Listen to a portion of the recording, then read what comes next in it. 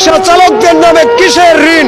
আমি এই দেশের একটা শ্রমিক, তুমি আমাকে কর্মের ব্যবস্থা না করে দিয়ে ঋণের ব্যবস্থা কিভাবে করে দিলা, এটা আমি জাতির সামনে জানতে চাই। আমি কারো করোনা চাই না, তুমি আমাকে কর্মের ব্যবস্থা করে দিবা, আমি কর্ম করে খাবো। তুমি আমাকে কিস্তির ব্যবস্থা কেন করে দিলা? আজকে আবার বড় বড় কথা বলো, নিতে শুনি বালা, দিতে শুনি সমস্যা। ব্যাংকের টাকা নিয়ে মইরা যাস, তার পোলা কবরেতে সুদ করে, আর আমি মরলে তুই গামছা দিয়ে ডাইকে কিস্তি দেওয়ার লাগে। এই পলিসি এই দেশে চলবে? কয়দিন আগে যে ডলার লো বাংলাদেশের সফরে আইলো, $200 উনি দান করে গেছে। এই টাকাটা কি করছে? এই টাকার হিসাবকে আমরা নিতে পারি না? আমাদেরকে এই টাকার হিসাব কেউ দিব? আমাদের কি শোনাবে এই কথাকে? সাহায্যটা কি ওই বড় বড় কয়েকজনের ভাগ করে খাওয়ার জন্য দিয়ে গেছে?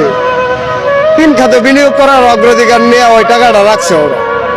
আমরা সবকিছু জানি, পরিকল্পিত ভাবে শোষণ করে ওরা ইউরোপ আমেরিকা বাড়ি করবে। আর এই রিক্সা চালকরা কিছু কইতে গেলে বলবে বেশি কথা বল।